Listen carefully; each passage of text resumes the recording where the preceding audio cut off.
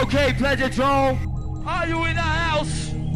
You're listening to J Viper. Bring it on! Glenn Kirkham, also known to many as MC Cyanide. Thanks for doing this, mate. Oh, no worries. Thanks for having me. No problem at all. So, just start off with the basics. So, where did you grow up? Your school life and stuff like that? School life. I grew up in over the water in Eswell. And then when I got older, I moved over to Liverpool when I was, 17. Then ended up growing up in Kenny, didn't I? South Central. Best days of my life. Out of the frying pan into the fire. Yeah. But I had family always in Liverpool, so I was always going to head back over these ways. Yeah. So, household-wise, was it a musical household? Anyone in the family play music or? My mum used to sing, but she was shit, so not really. No. My dad used to listen to rock and roll all the time, and I used to just be listening to hip hop, Public Enemy, and LL Cool J and shit like that, and most Def Jam artists. Yeah. Cypress Hill was a big influence of yours. Yeah, they were heavily influenced in the lyrics. So how do you go from going to hip hop to fronting one of the biggest rave establishments in Merseyside in the 90s? How did that come about?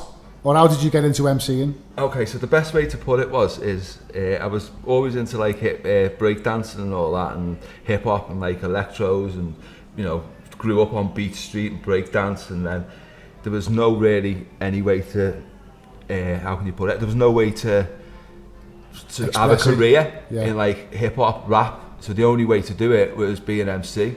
So it was jump on the rave scene. So you've still got the rap influence, but you're just doing it at a bit more higher BPM. Do you know what I mean? And people are a lot happier. Instead of Uzis, it was whistles. Yeah. It was good. Where did your first MC? Was it in? No, first one, mate. Right, so the first MC I'd done, I was MCing from a kid. I was doing illegal raves and kept getting nicked for them. And then we done a big one in a place over the water in Neston. And I was going to MC that night. That was going to be like my first big one, but we got nicked. So I ended up getting locked up for 40 odd hours, but it was only 15. So I blagged them that I was 18. So they didn't phone me mum and dad. Then they phoned me dad, and my dad was like, fucking let him out and all that. And then my mum was looking to come and kick off in the police station. In the end, he just thought it'd be better just let this kid out. Yeah. So I went out, and then he said that you can't go, you've got to stay in the house for 2 years. You're not allowed to go out after 12 o'clock. But it was just bullshit, because I kept going. But that was, in them days, it wasn't official. He just said, if I see you out before that, and wrote a little note and said that's but. So I carried on doing the raves. Then my big break was in the rave in Aintree. Broke into a warehouse, got into the warehouse, and then we just filled it up. And there was no MC, and it was just dead. And I remember the mic was there. I just picked it up and I just started rapping. And then the lad went, stay on. And then 5 o'clock in the morning, I was still on. Do you know what I mean? Yeah. And then next thing, it was like, do you want to do the next one? And then we went to do the next one, and then that got raided. And then, so it was all a bit like, it was hard to get it going then, but then obviously the club started playing rave music. It started becoming a little bit more commercial, and club owners were willing to risk, because obviously there was a lot of gangland shit, wasn't there, back in the old rave days? Yeah. People taking doors, obviously gangsters wanting the run of the drugs in the club. So a lot of clubs wouldn't want to put rave nights on, but then obviously the Drome did, and done the best one ever, didn't it, mate? Yeah. So how were you introduced to the Drome? Were you there from the very start? This is the funniest story, right? So I've done these illegal raves. I'm in Groover Records, and I'm talking to Philly, and Philly goes, I said to Philly, dead cheeky, I went, right, I want an MC, let me come and MC in the Drome. I'm thinking he was just going to say, lad, no, you're not going to. And then next week he said, yeah. I was like, shit. What have I taught myself into? I was sitting in our house like that with my cousin Paul. I was going, well, lad, what am I going to do? These are looking at me and stuff. And I had a migraine because I was that nervous, to be honest, I'm not going to lie. And I'm not doing it. Go on, pass me a blunt for staying here, you know what I mean? Yeah. And in the end, he said, no, you've got to do it. And then we bounced in the club, and they had this MC on. I'm not even going to say his name, but he was terrible. We know who it was. Yeah. Anyone who knows the history knows who you're talking about, so don't need to name him. And I did honestly just think, if these don't give me this job, then I mustn't be very good. Yeah. And at the end of the night, the manager come over and said, we'd like to offer you the job. And I went, sound, and he went, I'll tell you, it was 50 quid a night to start off with. Yeah. But 50 quid then was like, what, maybe 250 what's now? That, 91 we talking now? Yeah, 91, yeah. And there was Dave Graham was on, Philly. But to be honest, it was Philly was the reason I got the job in the Drome, because he was the one who entertained the cheeky little kid who come and said to him, you know, I want to MC, I'm better than him. I did say that, to be honest, at the MC, he was shit. And he laughed and he went, well, come and have a go. And then when I come on, I remember him coming up and goes, wow, you're good. And I'll be honest, all I done was just do rap lyrics, but faster. Yeah. Do you know and what I mean? It worked. I mean, my introduction to you was, I think it was a tape from, must have been 91, 92. Jump around, don't wise over the church, and we were all like little 17-year-old kids. This is like mind blowing to me. We never did anything like it, do you know what I mean? And obviously when we started getting older and started going to the clubs, first went to the State. First time I ever had a tablet was in the State. And then I remember the first time I went to Drome, 94, Lauren Garnier, November 94. Yeah, I remember that and night. I was made up, couldn't believe I was going to Drome, and you were on. And I was gutted because Six weren't on. I wonder why he wasn't on that night. Because I would imagine he had an assignment somewhere else. But no, I tell you, there was a time like they got off at one point, didn't he? Tricks and Philly all then went to another club, and that didn't happen. One by Kinetic, and that didn't happen. So I don't know, but yeah. But 94, November 94, the first time I went, it was Tricks and Philly were like the fucking mainstay.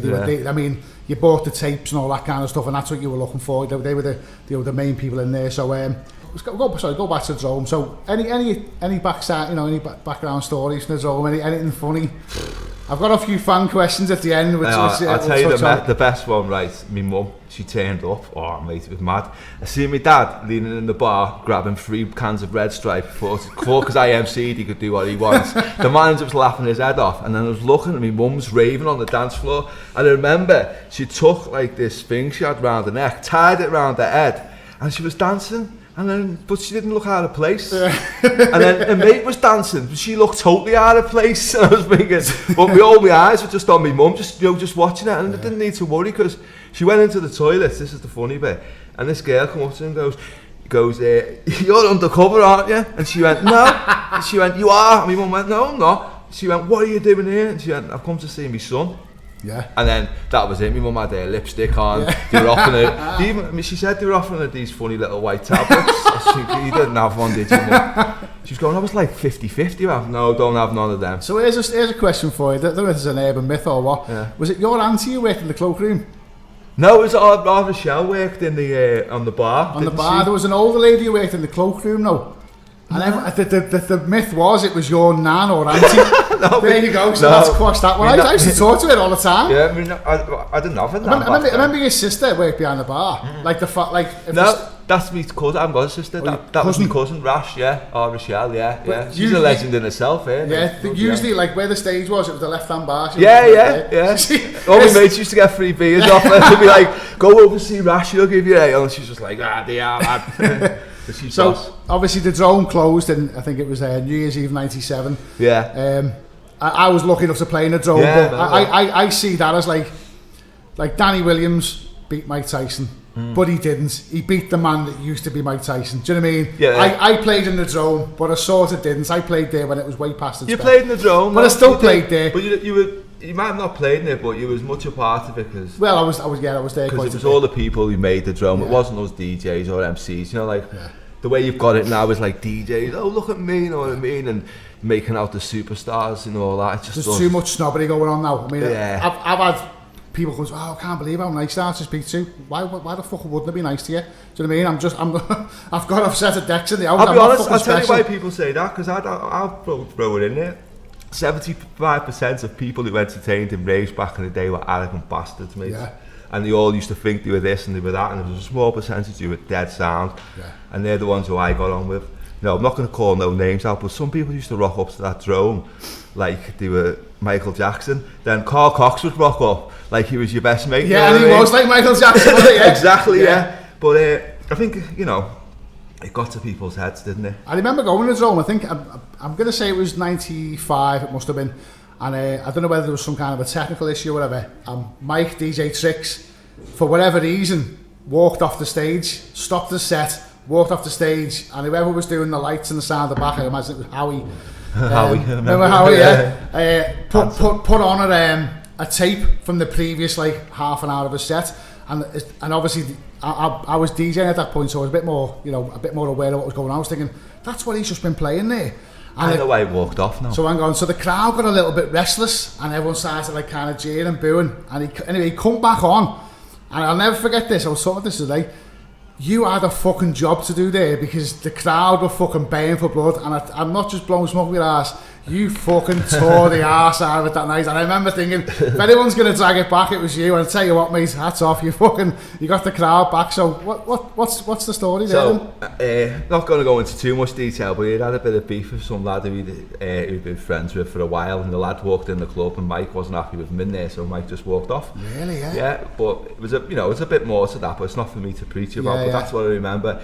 But you know, if he didn't want him in the club, fair enough. He wasn't. What he'd done to Mike was probably, I don't know what it was. It must have been bad for him to just. Yeah. Because he was always quite professional, Mike. Mike's very mate. What a DJ, fuck me. Mate, he's from the hip hop days, right? When he was doing that DMC mix and to scratch and to everything, to the drone days. Even now, mate, I can sit and listen to Mike. He's one of the best DJs I've worked with. Yeah, he's fantastic. And you know what, Mike's Mike, and you appreciate him for who he is, and you know, and he's a good lad, and we still keep in contact, and still see him every now and again, and got a lot of love for Mike, and obviously a lot of love for Philly and Rusty as well. Dave Graham as well, you know, he's still doing his thing, isn't he? Yeah, so I'll tell you what I'll do now. I'll move on to some of the fan questions, because obviously there's quite a few, and we'll go back. So Lee Fraser wants to ask. I remember him, Lee. There's a few parties with him. So he reckons this is about 1994. He said, do you remember the time a dog ran onto the dance floor in the Drome? Yeah. Do you remember it? Yeah. Because some kid booted the back door in, and I used to turn a blind eye, if I'm being honest, and just let them in. So there was some kid who was about 12, and he must have been with his dog, because his dog followed him in, and he was getting legged around the dance floor by the doorman. The doorman are looking at me like I'm going to do something with this dog, and this dog's just going like it's your job somehow. Yeah, but it was one after fights in the Drome, before the doorman got to it, I jumped off the stage, hadn't I? Yeah, well I remember being there once. You had a fucking shiner, you had a bit of beef with someone. Oh yeah. So someone's where is, see if I can find it. Someone mentioned the fact that my question to Cyanide, it's a bit of a lengthy one. This is from Andy Swift, MC Andy Swift. He says, my question to Cyanide, did he enjoy his time in a happy hardcore, winning best MC award at the M8, visiting Scotland and performing at Dreamscape, and what are his thoughts on the current hardcore scene? Right. Bit of a long winded, because we'll start from the beginning. Winning the best MC award. That was amazing, but it was weird, because obviously a lot of the other southern DJs got these awards, so it was strange for a lad from the north to get it. So when we were getting the awards, I was bladdered, I was minced, and I just got on the stage and I was getting interviewed, and I was like, I had 2 cans of Red Stripe in my hand, and everyone else had the certificates like that, and there's a picture of me just looking absolutely smashed. But it was good, it was sound. I didn't really know how to accept it, because I don't know, I never really won any awards like that, except for grade 1 in swimming in school or something. But it was good, and they were good lads. None of them kinetic lads, they were sound, like, they were alright, So a lot of people blame the downfall of the Drome from the kinetic, but I mean, from standing back and looking at it now, I think the club had just kind of had its day. It wasn't a case of, I think that everything moves on, everything changes, everything evolves, and I found from a raver's point of view, it was less ecstasy and more cocaine, and that's where you get that kind of trouble flaring up, and you start to get that gangland kind of feeling there.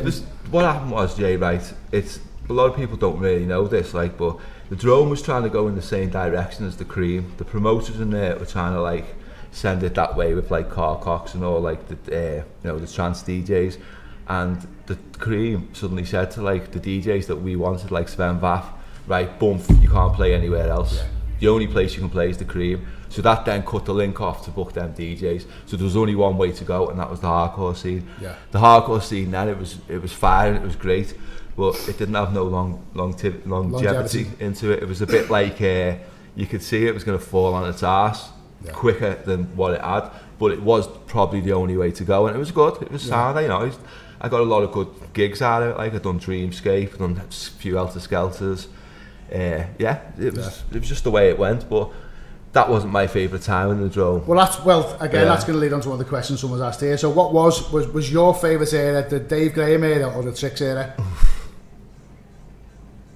think the music-wise for me, it was the Dave Graham era because I like the breakbeat stuff. Yeah. You know what I mean? But for the atmosphere and for the whole, like, the final crescendo, you could put it, it was the Tricks. Yeah. Because that was just... He knew what he was doing, didn't he? Mate, he's a magician. Yeah. He's a magician, he is.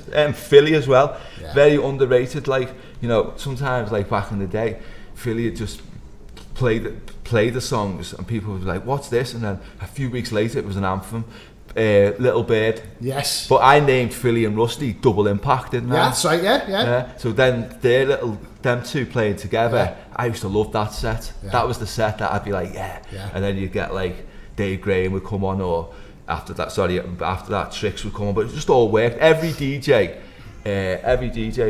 kind of like worked well with the next DJ who was on. Now, this is the problem you've got now. No one wants to be that warm-up DJ. Exactly. No one wants to play not the banging tunes, but like the warm-up tunes.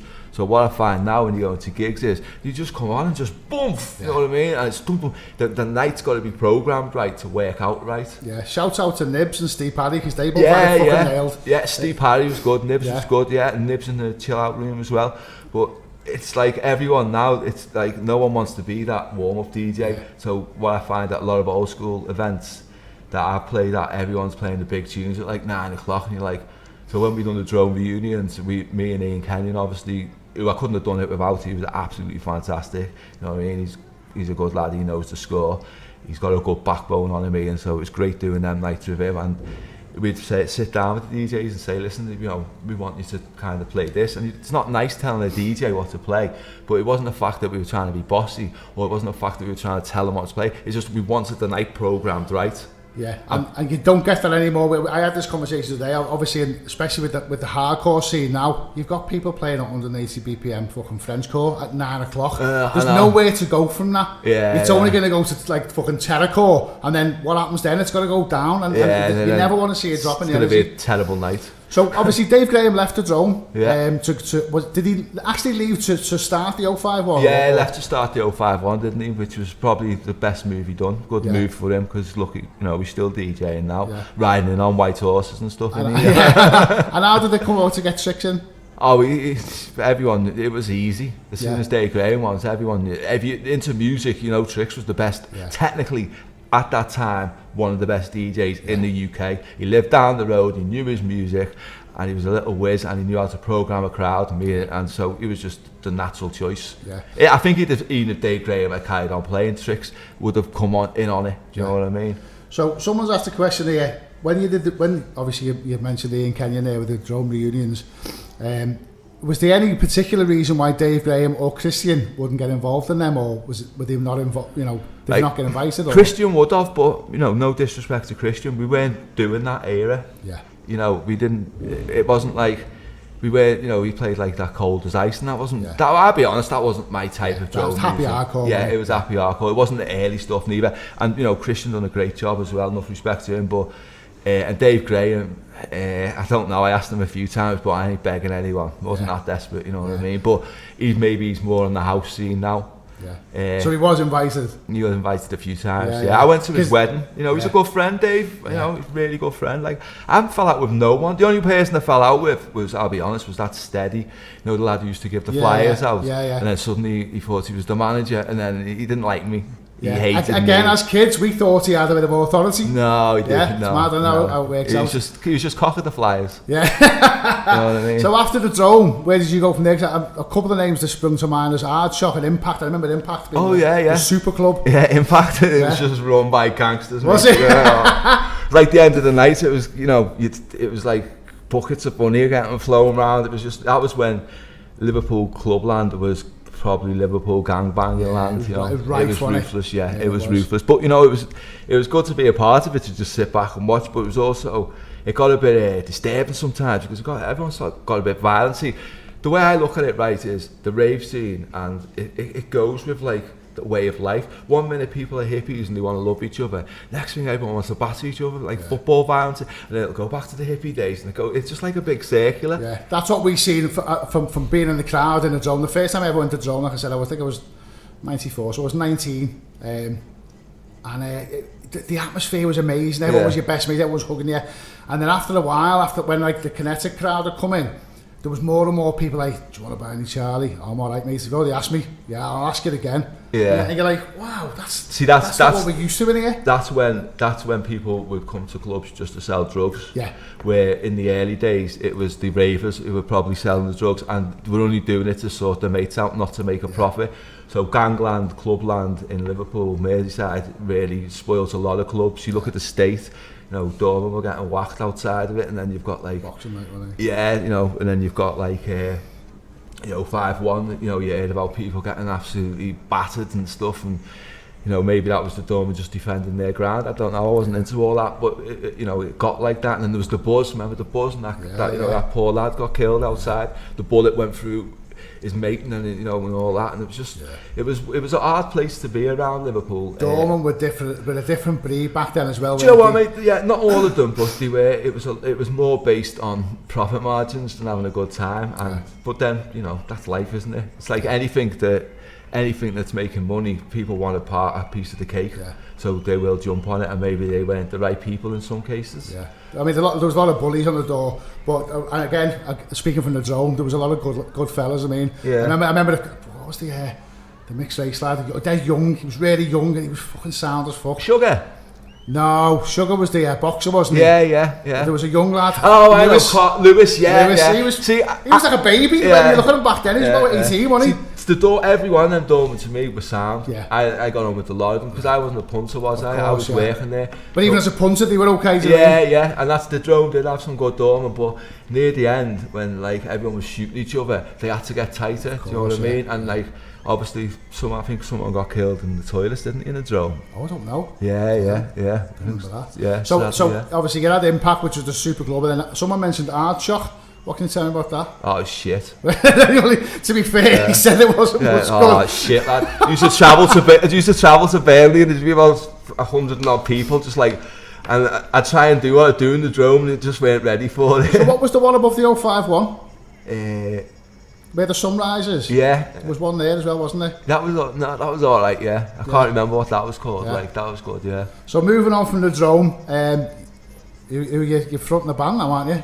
Oh, the bass heads, yeah. I've done it for quite a few years now with Desi, yeah. How did that come about? Boss, it just, we're mates, aren't we? So, you know. Just organically happened, yeah. But I love doing that because you go and do the gig and then you're on for 20 minutes and then that's it. Yeah. And you can mingle and, you know, experience the good old days again, I suppose. But, I love doing that. So I used to do Brisk's PA, didn't I, as well, Next Generation.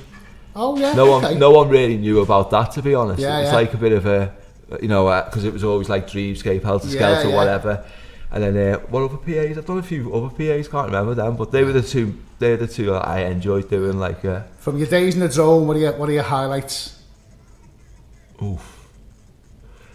The very first night when I was a kid, and I was just standing on stage thinking, oh shit, and then once I started MCing, all that fear went, and then that was it. I knew I could do it then, because when you're on the stage in a Drome with all them lights, it's different from being in a warehouse where everyone's like come after the club. It was like you've got to be on fire. More attention. Yeah, and like the lights are on you and the lasers. So the first night in the Drome, and like that when Philly come up to me and said to me, you've got the job. I was just like, what? No, I'd been to about 6 interviews for WH Smiths the week before and they didn't give me, but I ended up MCing. So I think a lot of people forget as well that Drome had some fantastic, really major artists on, like the Prodigy, Moby. Prodigy brought me on once. Did they? Yeah. Fantastic. Moby was weird, mate. Moby was sitting there like that. Me and the manager Bonnet, he deserves a shout out because he was a good lad. And Moby's like in this American accent, I can't do them, so he's just looking at me and he's going, what is this water? And I'm going, just water. He goes, I asked for special water. You're joking. Like that, and I'm like, have you got any special water?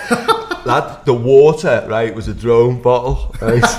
And like, it was just normal water we sold for £1. Sticking on. Yeah, but he must have tasted it and thought, what's this? Tap water. So we had to send someone else to go and get him some Evelyn or whatever you call it. Evian. Yeah. You know what I mean? And do you know what his hobby was? Do you know what Moby's hobby was, right? Because I was like, I don't know what to say to him, he was weird. And I was like, water taster. What's he do? And he goes, I like to climb lampposts. What? So what do you do, right? In the spare time, you climb up lampposts. Normal, regular lampposts. Regular lampposts in New like York. we did when we were kids. Yeah, but like That's big his ones. I hobby. don't know if he used like gear to climb up them, but not like that type of gear, you know, ropes and shit. But he used to like climbing up lampposts. Or when I asked him what you like doing, he was just taking the piss. Yeah. From this day, if Moby you're listening, email me that, let me know. Because I thought stuck in my head for ages. Yeah. So the Drome reunions, how did they come about? Was it your idea or did you get approached by somebody else? So I'm not going to lie, seeing what happened with the quad reunion, and I thought, wow, that worked, right? Ian Bump, he's done a great job there. I'd love to do that with the Drome. Have I got the skills to pull that off by myself? I'd done one, it was good, and I'd done the other ones with Ian, and they were well better. And we just done them, and they were brilliant. And then near the last one, the numbers started dropping. So before it turned into like 100 people, we wanted to keep the numbers up, and that was the last one. And it was the last Drome reunion. This is not a need to what's the word? Emphasise. Emphasise to people is that these gigs that we're doing now are run by people who went to the Drome. They have every right to do a Drome night. Don't forget, right, if it wasn't for them, then these Drome nights wouldn't happen. So who am I to turn around and say, oh, you can't be doing a Drome night? Don't get me wrong. Yeah. I'll only do it if you know, I appreciate what the people do. I wouldn't like someone who's never been the Drome or never loved the Drome to suddenly just do it to make money or to try and kind of be involved or to try and, you know, like I'm a promoter. If you've got a passion for something, you have every right. And without them people, we wouldn't have done them. So me and Ian done the last Drome reunion, and that was the last Drome reunion. Now you've got little sections of people doing these little Drome nights, and good luck to them. If I can help them out, I will. Yeah. If I'm not up a mountain, I'll come and MC. Yeah. Do you know what I mean? So on that note, what have you got lined up? Meaning mountains or? Well, we'll go back to that in a minute. As MC Cyanide, what's next on the agenda? There's one, right, so we done the last one was with Lee and Kenny Ken. That was school takeover. Yeah, that and the Irish crew. We've got another one coming up with him. We're just there in the middle of sorting it all out. And then obviously we've got this We Ain't Going Out Like That night, yeah. Okay. I can't say too much of that yet because nothing's confirmed, but... Is this your night? No, none of these are my night, mate. I haven't got time to do nights so much. You know what, if I... Just nicking your catchphrases. Yeah, but you know, these nights, for me, I haven't got the passion to do them anymore. I've moved on to a different thing, but it doesn't mean I don't love doing them. Yeah. You know, so if someone wants to approach and do a night, and I look at it and think, you know what, yeah, he deserves to do a night, yeah, I'll jump on board and help them out. And the last lads did, like Lee, like Kenny Ken was a bit young, but Lee was always in the zone with the Kirby lot, and he's a good lad. And you know, they've got passion for it, they want to stick money into it, and they were there. And they, you know, they're really nice lads, so I wish them the luck and I'll help them out again. And this We Ain't Going Out Like That night, which is coming up, he's another passionate lad. Like I don't even want to say his name. Everyone will just jump on him. But you know what? It's going to be a good night. Yeah. Well, when the flyer gets released, I'll put it on my website. Yeah, and nice one. And all that. You'll so appreciate that. When you say you've moved on to other things, you're literally moving up in the world, aren't you? Yeah. It's just climbing mountains. And how did that come about?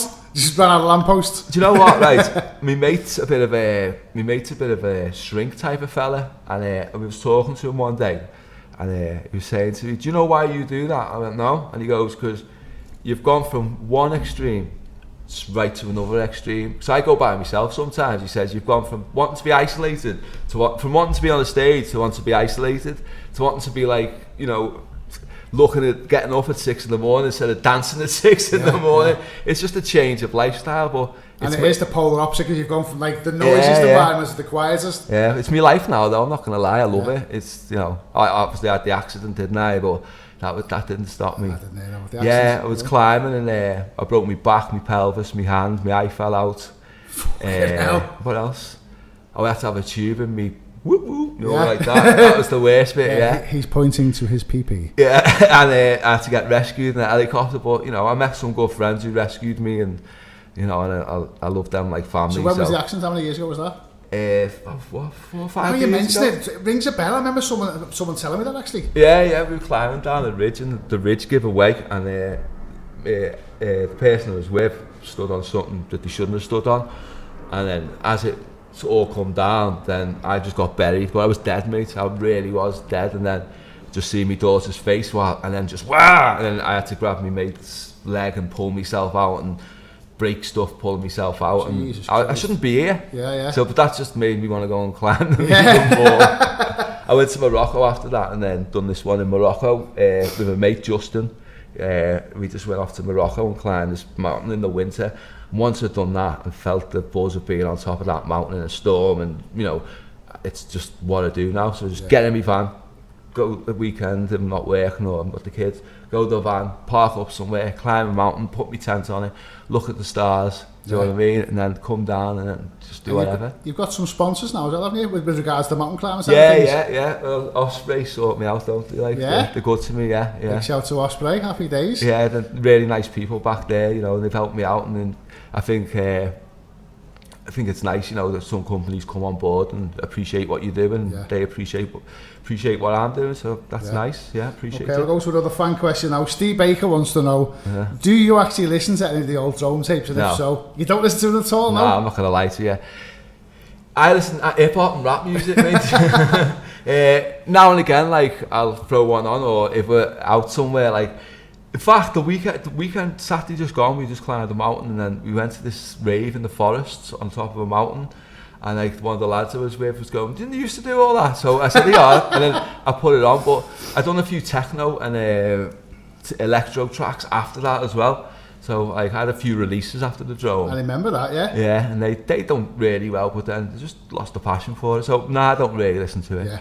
No. Okay, so unless anything else coming up, anything you want to promote, anybody you want to mention, any shout outs? No, just... And you're probably fucking sick of doing shout outs, aren't you? Mate, what I'd like to say is a nice one for everyone for backing me all these years, you know what I mean? And there's been rough times as well where people stand next to you and, you know, they don't judge you for what other people say, and I appreciate that. And I appreciate, you know, when I go on a stage, like, people actually come and watch me. It's the response on Facebook when I dropped your name was really good. I could be anything. It's not going to be 100% positive, because you're always going to have your haters. Yeah. Do you know what I mean? I'm just being realistic here. Yeah. But 99% of the people were very, very complimentary, because, you know, you're an iconic part of Merseyside fucking club scene. That means a lot to me saying that, but, you know, I'm not even asked about haters, because if you didn't have haters, that means you're shit. Exactly. So, on that note, I'm going to thank you very much, Glenn. And, no, thank you. Cheers, okay, Jay. Thank you. Appreciate it. Nice one, mate.